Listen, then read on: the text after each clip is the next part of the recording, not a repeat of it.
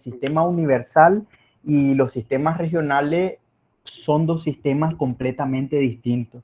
Los sistemas regionales no dependen del sistema universal, no. Y de hecho lo pueden ver en algo tan sencillo, los órganos. ¿Quiénes eligen a los expertos de los comités de derechos humanos? Lo elige la ONU.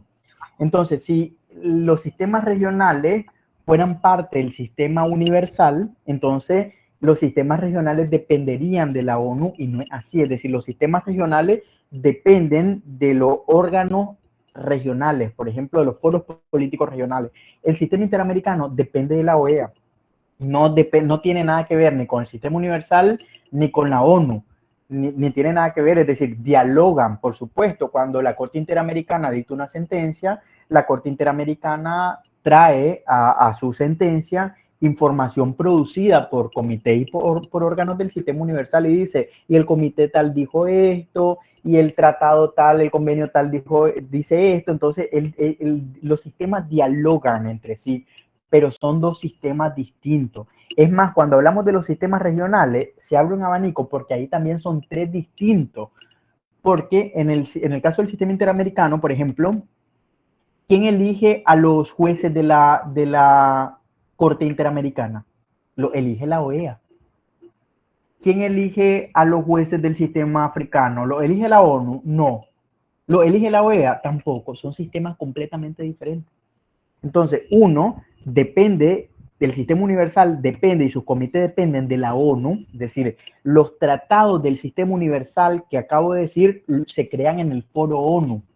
Los órganos que son los expertos de esos comités se eligen en el seno de la ONU.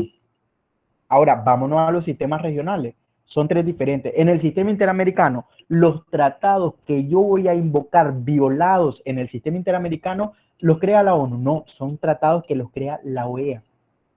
¿Quién creó el sistema interamericano? La OEA. Vaya a leerse la carta de la OEA, por ejemplo. La carta de la OEA dice, aspira de 1948, si no me equivoco, dice, habrá un sistema interamericano, decía la carta de la OEA, de derechos humanos. Y dice la carta de la OEA, crea la Comisión Interamericana. La comisión fue lo primero que existió en el sistema interamericano, la Comisión Interamericana. No existía una corte. Pero después, más adelante, en el sistema interamericano, la OEA dice, necesitamos un pacto vinculante, porque lo que teníamos era la Declaración Americana. Les dije que las declaraciones no son vinculantes por naturaleza. Entonces, el contenido de la Declaración Americana lo pasa a una convención obligatoria, que es la Convención Americana sobre Derechos Humanos, Pacto de San José de 1969. ¿Quién lo crea? La OEA. Los países presentes en la OEA, Bolivia, Nicaragua, México, todos los países que están en la OEA. Y en la Convención Americana sobre Derechos Humanos se traen a la comisión y dicen, van a ser órganos del sistema interamericano y creado órganos. Dice, la Comisión Interamericana, que es el primer filtro de acceso, y la Corte Interamericana, y crea la Corte Interamericana. Entonces, ¿quiénes eligen a los comisionados de la Comisión Interamericana? La OEA, los países de la OEA. ¿Quiénes eligen a los jueces de la Corte Interamericana? Los países presentes en la OEA. ¿Quiénes postulan a candidatos? Los países. Ahorita, ¿quiénes quedaron? Quedó una candidata de Costa Rica, quedó una candidata de Argentina, quedó, no recuerdo si Perú y no recuerdo el otro, pero son los países de la OEA.